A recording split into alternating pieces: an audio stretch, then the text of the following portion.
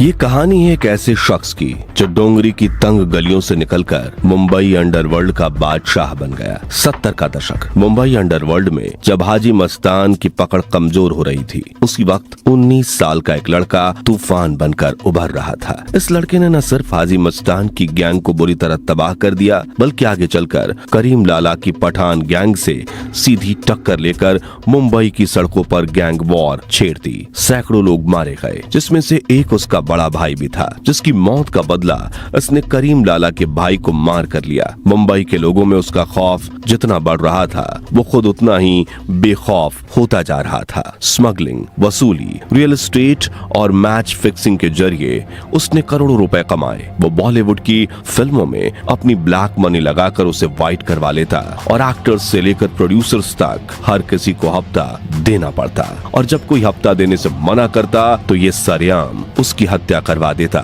जैसा कि इसने संगीतकार गुलशन कुमार को दिन दहाड़े मरवा दिया था। उसने अनीता अयूब और मंदाकिनी जैसी खूबसूरत अदाकारों को अपने प्यार या डर के जाल में फंसाया और अपने आतंकवाद का साम्राज्य पूरी दुनिया में फैला दिया। और जब मुंबई पुलिस ने उसके खिलाफ बड़ी एक्शन ली तो वो पाकिस्तान भाग गया और वहां से उसने 1993 के मुंबई ब्लास्ट करवाए, जिसमें 250 से ज्यादा लोग मारे गए। आज उस शख्स को भारत, अमेरिका समेत दुनिया के कई देशों की जांच एजेंसियां ढूंढ रही हैं, लेकिन वो कहां है कोई नहीं जानता। ये कहानी है मुंबई के अंडरवर्ल्ड के सबसे खूंखार डॉन दाऊद इब्राहिम कास्कर की, जो एक पुलिस कांस्टेबल का बेटा था, लेकिन छोटी मोटी चोरियों से शुरुआत करके डी कंपनी का सरगना और मुंबई अंडरवर्ल्ड का बेताज बादशाह बन गया। साल था 1955। मुंबई की तंग गलियों वाला एक इलाका डोंगरी, जहां दिन में भी सूरज की रोशनी मुश्किल से नीचे पहुंचती थी।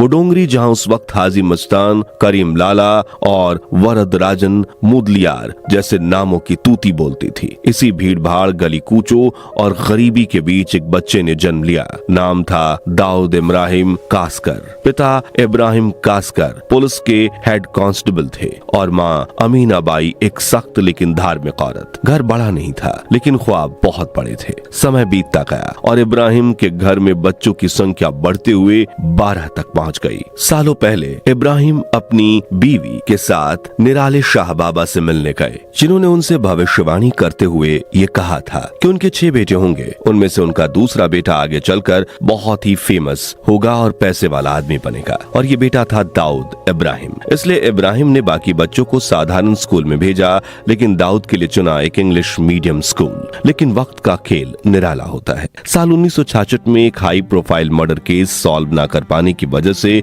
इब्राहिम को सस्पेंड कर दिया गया और अचानक घर की हालत डगमगा गई। कभी कभी भूखे रहने तक की नौबत आ जाती थी। इसी दौर में दाऊद की पढ़ाई छूट गई और शुरू हुई उसकी असली कहानी। डोंगरी की गलियों में उसका मेल जोल कुछ ऐसे लड़कों से हुआ जो चोरी और ठगी करते थे। 14 साल की उम्र में दाऊद ने पहली बार चोरी की और पकड़ा गया। पिता ने पुलिस बेल्ट से पिटाई की, पर कुछ असर न हुआ। धीरे धीरे चोरी से लेकर ठगी, फिर गुंडागर्दी तक दाऊद हर हद पार करता गया। मेहता मार्केट में उसने अपने दोस्त के साथ एक दुकान खोली, जहां विदेशी घड़ियों के नाम पर लोगों को ठगने का धंधा चलता था। नाम बढ़ा, डर फैला और दाऊद बना डोंगरी का बदनाम छोकरा। कुछ वक्त बाद वो वाशु दादा नाम के लोकल डॉन के गिरोह में शामिल हुआ, लेकिन ताकत मिलते ही उसी से टकरा गया। वाशु ने एक दिन उसके पिता और भाई शब्बीर को खुलेआम अपमान किया और उसी दिन दाऊद ने कसम खाई कि अब डर नहीं, सिर्फ बदला। उसने वाशु दादा को रास्ते से हटाया और खुद डोंगरी का नया कंग बन बैठा। अब वो छोटा मोटा गुंडा नहीं रहा, बल्कि उसने अंडरवर्ल्ड में कदम रख लिया था। 1970 के दशक में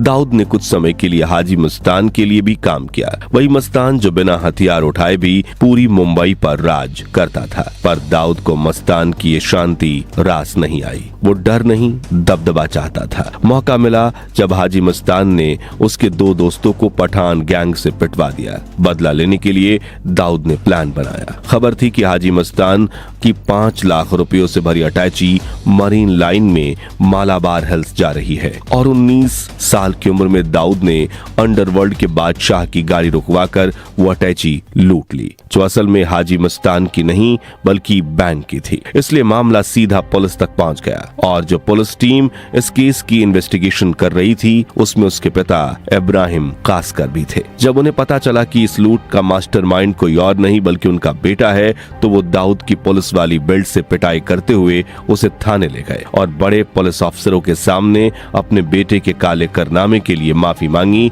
चूंकि उसके पिता ने खुद उसका सरेंडर करवाया था, इसलिए वो कुछ ही दिनों में छूट गया। लेकिन बेइज्जती और पिता की पिटाई के बाद भी दाऊद पर कोई असर नहीं पड़ा और बाहर निकलने के बाद उसने ऐसे ऐसे कारनामे किए कि अंडरवर्ल्ड की दुनिया में उसके नाम का डंका बजने लगा। 70 के दशक के आखिर में दाऊद का और उसका भाई शबीर बाशु दादा के करीबी थे, लेकिन वक्त के साथ साथ उन्होंने अपना रास्ता अलग बनाया। खालिद पहलवान के साथ मिलकर खुद का गैंग खड़ा किया, वही गैंग जो आगे चलकर डी कंपनी के नाम से पूरी दुनिया में मशहूर हुआ। उधर हाजी मस्तान ने अंडरवर्ल्ड छोड़कर राजनीति की राह पकड़ ली, जिससे दाऊद के लिए स्मगलिंग, गोल्ड ट्रेड और एक्सटॉर्शन पर अपनी पकड़ मजबूत करने के दरवाजे खुल गए। धीरे धीरे उसकी ताकत इतनी बढ़ी कि पुराने डॉन करीम लाला को नुकसान झेलना पड़ा। पहले जिन धंधों पर पठान गैंग का राज था, अब वहां दाऊद का सिक्का चलने लगा था। यही शुरुआत थी मुंबई के सबसे खूनी गैंग वॉर की। सड़कों पर गोलियां चलने लगी, दोनों ओर लाशें गिरने लगी। हाजी मस्तान ने कई बार बीच बचाव की कोशिश की, लेकिन नफरत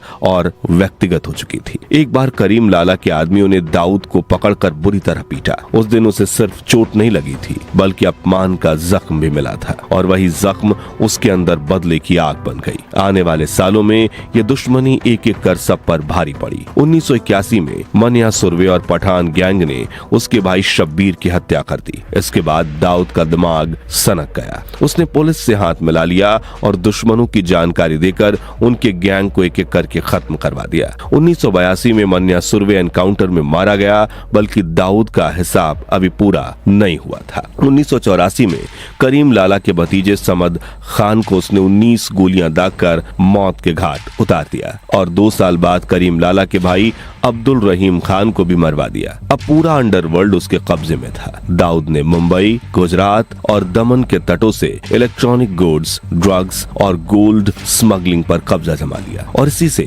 उसने करोड़ों का साम्राज्य खड़ा कर लिया। इसी दौरान उसने मुंबई की एक लड़की जुबैना जरीन से शादी की और अंडरवर्ल्ड से निकलकर क्रिकेट और बॉलीवुड तक अपनी पहुंच बना ली। इसी दौरान दाऊद इब्राहिम का नाम कई बॉलीवुड हसीनाओं के साथ भी जुड़ा। उसके इश्क के किस्से भी खूब मशहूर हुए, जैसे कि 1985 में जब राज कपूर ने अपनी फिल्म राम तेरी गंगा मैली में नीली आंखों वाली मंदाकिनी को लॉन्च किया तो देश भर में उस नई हीरोइन की चर्चा होने लगी। दाऊद भी मंदाकिनी पर फिदा था और कुछ सालों में ही उनकी तस्वीरें भी वायरल हुई, जिसके बाद मंदाकिनी को दाऊद की प्रेमिका कहा जाने लगा। दाऊद मैच फिक्सिंग से लेकर फिल्मों में पैसे लगाने तक हर जगह अपनी पकड़ बनाता जा रहा था। यहाँ एक दिलचस्प किस्सा ये है कि शारजाह में भारत पाकिस्तान के फाइनल मैच से पहले दाऊद भारतीय अभिनेता महमूद के साथ भारतीय टीम के ड्रेसिंग रूम तक पहुंच गया। खुद को बिजनेसमैन बताकर उसने कहा कि अगर इंडिया जीता तो हर खिलाड़ी को टोयोटा कोरोला दूंगा। लेकिन तभी कप्तान कपिल देव गुस्से में बोले, ये आदमी कौन है, इसे बाहर निकालो। अगले ही पल दाऊद को कमरे से निकाल दिया गया। बाद में ये वाकया शारजाह ड्रेसिंग रूम स्कैंडल के नाम से मशहूर हुआ। साल 1986 आते आते दाऊद इब्राहिम का नाम मुंबई पुलिस के हिट लिस्ट में सबसे ऊपर पहुंच चुका था। उसके खिलाफ मर्डर, स्मगलिंग, वसूली, एक्सटॉर्शन जैसे दर्जनों केस दर्ज थे। मुंबई के पुलिस कमिश्नर PS सोमेन ने उसके खिलाफ फौरन वारंट जारी किया और शहर के हर कोने में उसके ठिकानों पर रेड मारनी शुरू की। लेकिन तब तक देर हो चुकी थी, क्योंकि पुलिस डिपार्टमेंट के अंदर ही किसी ने खबर लीक कर दी थी। दाऊद अपने परिवार और कुछ भरोसेमंद लोगों को लेकर उस रात भारत छोड़कर दुबई भाग गया। दुबई से उसने अपने गैंग को और मजबूत बनाया और वो सिर्फ मुंबई नहीं बल्कि पाकिस्तान, नेपाल और खाड़ी देशों में भी अपने नेटवर्क फैला चुका था। वहीं से डी कंपनी का हर ऑपरेशन कंट्रोल होता था। मुंबई में उसके लिए छोटा राजन, छोटा शकील और शरद शेट्टी जैसे लोग काम करते थे। उस वक्त छोटा राजन उसका दायां हाथ माना जाता था। दाऊद ऑर्डर देता और छोटा राजन बिना सवाल किए काम अंजाम देता। लेकिन साल 1992 में एक ऐसा हादसा हुआ जिसने सब कुछ बदल दिया। दिसंबर में बाबरी मस्जिद विध्वंस के बाद पूरे देश में दंगे भड़क उठे। मुंबई में सैकड़ों लोग मारे गए और इसी माहौल का फायदा उठाकर दाऊद ने बदला लेने की साजिश रची, लेकिन उसने इस हमले की प्लानिंग से अपने दाहिने हाथ छोटा राजन को दूर रखा। उसने टाइगर मेनन और मोहम्मद डोसा के साथ मिलकर इस हमले की तैयारी की और पाकिस्तान की खुफिया एजेंसी ISI भी इस आतंकी हमले की प्लानिंग में जुड़ गई। 12 मार्च 1993 मुंबई के दिल में एक के बाद एक 12 बम धमाके हुए। Share market, Air India building, cinema halls, हर जगह तबाही मच गई। 250 से ज्यादा लोग मारे गए और हजारों घायल हुए। बाद में जांच में खुलासा हुआ कि इन धमाकों की पूरी प्लानिंग दुबई और कराची से हुई थी और इसके पीछे था अंडरवर्ल्ड डॉन दाऊद इब्राहिम। भारत सरकार ने उसे मोस्ट वांटेड टेररिस्ट घोषित कर दिया। तब से लेकर आज तक इंटरपोल और भारतीय एजेंसियां उसे दुनिया के कोने कोने में तलाश रही हैं, लेकिन वो अब तक हाथ नहीं आया है। उधर 1990 के दशक के आखिर तक दाऊद की डी कंपनी दो हिस्सों में बंटने लगी थी। एक तरफ था छोटा राजन, जिसने खुद को अलग दिखाना शुरू किया, और दूसरी तरफ छोटा शकील, जो दाऊद के और करीब आता जा रहा था। शरद सेट्टी और छोटा शकील दाऊद के कान भरते थे। राजन अब भरोसेमंद नहीं रहा। धीरे धीरे शक बढ़ा और रिश्ते जहर बन गए। साल 1998 में छोटा राजन ने दाऊद पर हमला करवाया, लेकिन वो बच निकला। फिर 1999 में जब छोटा राजन बैंकॉक में था तो दाऊद के लोगों ने उस पर हमला कराया। गोलियों की बरसात में राजन किसी तरह खिड़की से कूदकर बच निकला, लेकिन उस दिन से दोनों के बीच हमेशा के लिए जंग शुरू हो गई। डी कंपनी अब दो हिस्सों में बढ़ चुकी थी। एक तरफ दाऊद, जो पाकिस्तान में अपने आतंकी नेटवर्क को चला रहा था, और दूसरी तरफ छोटा राजन, जो भारत की एजेंसियों के साथ मिलकर उसी नेटवर्क को तोड़ने में लगा था। कभी एक दूसरे के लिए मरने को तैयार ये दोनों अब एक दूसरे के पतन की वजह बन गए थे। देखते ही देखते मुंबई पुलिस ने डी कंपनी और बाकी गैंग्स का सफाया करके मुंबई से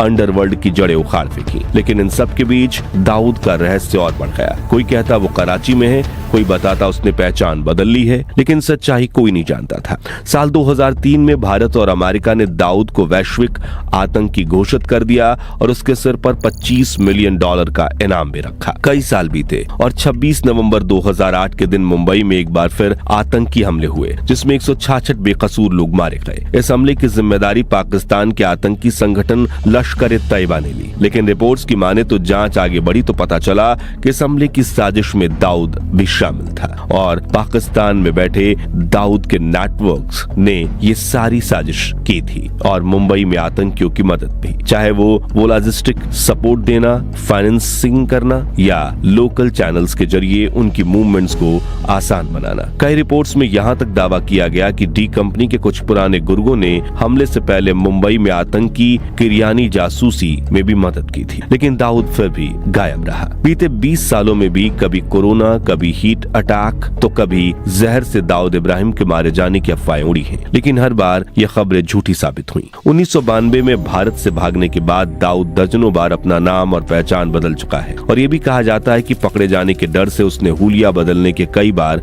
अपने चेहरे पर प्लास्टिक सर्जरी भी करवाई है। यानी इस वक्त हम दाऊद की जो तस्वीरें देखते हैं, शायद अब वो इससे बिल्कुल अलग दिखता हो और इसी दुनिया में आम इंसानों के बीच साधारण इंसान बनकर घूम रहा होगा। हालांकि रिपोर्ट्स की माने तो भारत सरकार और रॉ दाऊद को पकड़ने और मारने की करीब 6 बार कोशिशें कर चुकी हैं। इसके अलावा दुनिया भर की कई देशों की एजेंसियों और अंडरवर्ल्ड के डॉन दाऊद को मारने की कोशिश कर चुके हैं, लेकिन वो हर बार बच निकलता है और आज दाऊद की उम्र करीब 70 साल है। तो क्या डी कंपनी का गैंगस्टर दाऊद कभी पकड़ा जाएगा या नहीं? और क्या अब मुंबई में अंडरवर्ल्ड का पूरी तरह से खात्मा हो चुका है या पर्दे के पीछे इनके लूट, चोरी, किडनैपिंग, धमकाने और ड्रग्स के ऑपरेशंस आज भी चल रहे हैं? अपनी राय हमें कमेंट्स में बताइए। उम्मीद है आपको ये वीडियो पसंद आया होगा। अगर हाँ तो इसे लाइक और शेयर करके 15,000 लाइक्स जरूर करवा दीजिए और ऐसी ही रोचक वीडियोस के लिए हमारे चैनल को सब्सक्राइब करके पास वाली घंटी बजाना मत भूलिएगा। जय हिंद, जय भारत।